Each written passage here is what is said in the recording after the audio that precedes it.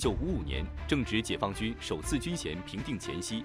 当相关工作人员将拟定的军衔等级提交给主席审阅时，这位通常对此类事务保持沉默的主席，却破例做出了一项重要决定。他亲自将本应依据资历评定为少将的皮定均破格提升为中将，并挥毫写下“皮有功，少尽忠”这6个字的批语，以示对其功绩的认可。这位被主席如此看重并亲自调整授衔等级的中将皮定均，究竟是何许人也？他何以能获得如此殊荣？皮定均，一位在年仅41岁时便被授予中将军衔的杰出将领，这一年龄在开国中将中显得尤为年轻。然而，若论及参加革命的资历，皮定均却堪称一位老革命。早在1927年，当北伐战争遭遇挫折，共产党人被迫拿起武器反抗国民党反动派的屠杀时，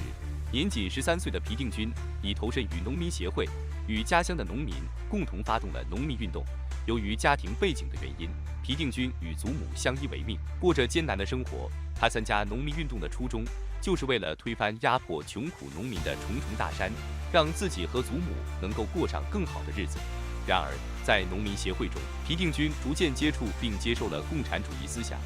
最终成长为一名坚定的共产主义战士。1929年，皮定均毅然告别家乡，跟随红军队伍踏上了转战四方的征途。在无数次战斗中，这位被战士们亲切地称为“红小鬼”的年轻人迅速成长，很快便成为战斗中的中坚力量，并担任了童子团团长，负责打扫战场、搜寻弹药等任务。而他所率领的皮旅更是被誉为中原劲旅，在解放战争中令国民党军队闻风丧胆。这支部队究竟创造了何等传奇？这背后又隐藏着怎样的故事？这一切都将成为我们深入探究皮定均及其部队辉煌历史的切入点。在红军物资匮乏、枪械弹药稀缺的年代，皮定均所承担的战场搜寻任务显得尤为关键。他凭借出色的指挥才能，率领700余名青年团员屡次深入战场前线，成功搜集到200余支步枪和1万余发子弹，为红军组建独立团提供了宝贵的武器资源。皮定均因其卓越的工作表现和对党的坚定忠诚，于1930年光荣加入中国共产党。随后的战斗生涯中，他英勇无畏，迅速从一名普通战士成长为连长、营长，直至团长。在每一个岗位上，皮定均所率领的部队都以骁勇善战著称。作为连长时，他的连队荣获“攻城先锋连”的美誉；担任营长期间，他更是敢于在敌军的炮火轰击下，亲自率领部队摸黑接近敌炮兵阵地，成功将其歼灭，缴获大量武器装备，极大缓解了红军的弹药短缺问题。抗日战争爆发后，皮定均出任八路军129师特务团团长，他灵活运用游击战术，频繁出击敌军，让敌人头疼不已，有效保障了八路军总部的安全。随后，皮定均在敌后创建了一个拥有数十万人口的根据地，如同在敌人心脏中插入了一把锋利的匕首。抗战胜利后，因其显赫的战功，皮定均被任命为中原军区第1纵队第1旅旅长，该旅也因此被亲切地称为皮旅。那时，南京国民政府违背了人民对和平的渴望，撕毁了和平协议，决心发动全面内战。他们的首要目标便是中原解放区。这个地理位置独特，作为全国交通要道枢纽的地方，自古以来就是军事争夺的焦点。为此，蒋介石从1946年初就开始调集兵力，近30万大军从四面八方将中原解放区紧紧包围，企图利用兵力优势，在48小时内消灭中原解放区的6万军队。面对这一严峻局势，中共中央迅速向中原解放军发出命令，要求他们立即实施突围行动，必要时可以牺牲部分兵力，以确保大部队的安全撤离。中原解放区接到命令后，立即着手制定突围计划。当时的情况已经危急到了极点，大部队要想迅速突围，必须有一支部队承担掩护任务，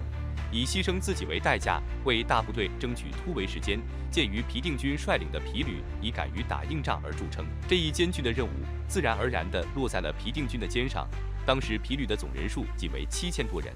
而主力部队有5万多人，国民党军队则多达30万人。皮定均的任务就是率领这7000多人，在30万敌军的围追堵截下，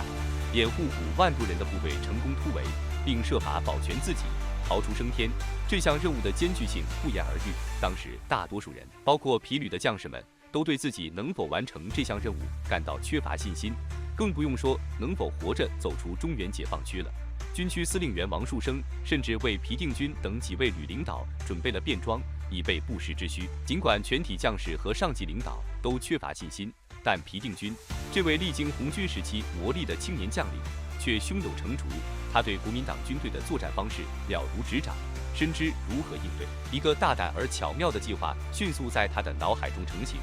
他决心将这看似无望的局势扭转过来。中原战场上，皮旅这支拥有光荣历史的部队，是跟随皮定均从抗日战争烽火中一路走来的英雄集体。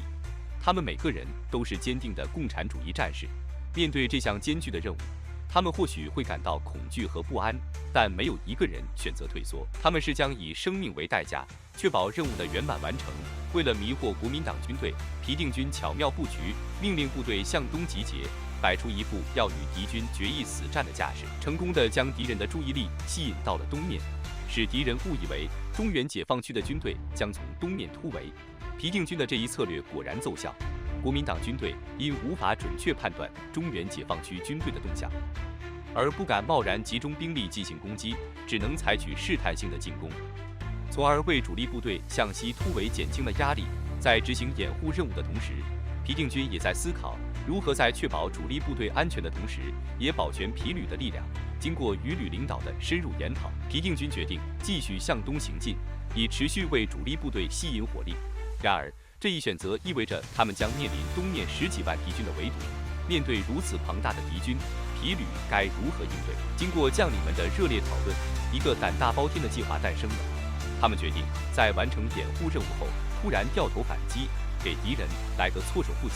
然后迅速撤回大别山区，利用地形优势与敌人周旋，让敌军难以捉摸他们的行踪。尽管这个计划听起来简洁明了，但在实际操作中却充满了重重挑战和不确定性。首要难题便是，皮旅此时仅剩不到7000人，他们如何在主动出击后，从这10几万敌军的铜墙铁壁中撕开一个口子，并成功摆脱其紧密的围追堵截？这无疑是一场力量悬殊的较量，需要极高的战术智慧和执行力。即便皮旅能够暂时摆脱敌军的追击，这7000人的大军又该藏匿于何处呢？毕竟，这不是几十人或者几百人的小规模行动，而是整整一个旅的兵力，其隐蔽和转移的难度可想而知。如何找到一个既能容纳大军又能有效隐蔽的地方，成为了摆在皮定均面前的一大难题。藏匿只是暂时的权宜之计，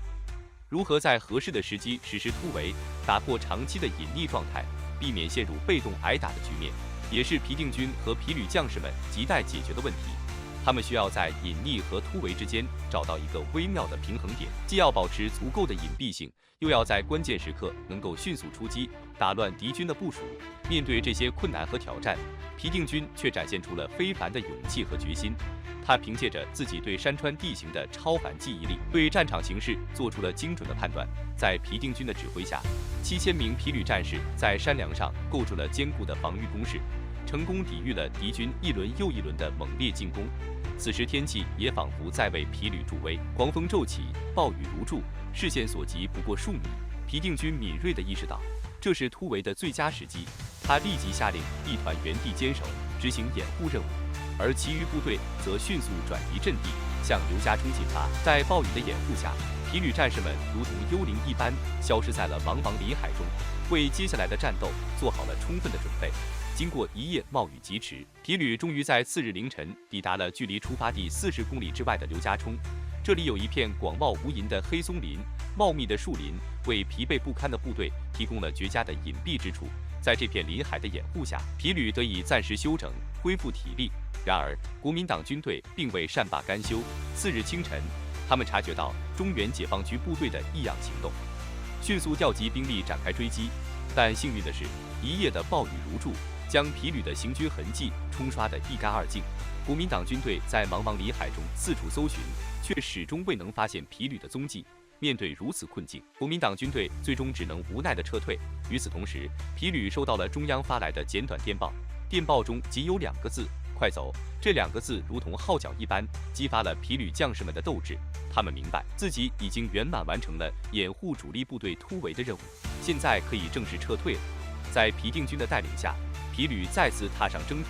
转战各地，历经重重困难与挑战。在这段艰苦卓绝的历程中，皮旅辗转1500公里，历经大小23场战斗。尽管面临敌众我寡的严峻形势，但皮旅将士们英勇顽强，不畏牺牲，最终有5000余名将士幸存下来，部队建制基本得以保持，战斗力依然强劲。这段传奇的战斗经历使皮旅声名远扬，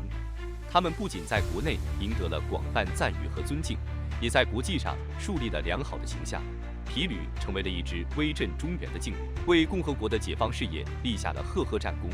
而皮定均能够被授予中将衔，很大程度上得益于此次战役的辉煌战绩。皮旅之名，注定将在共和国的历史长河中熠熠生辉，永载史册。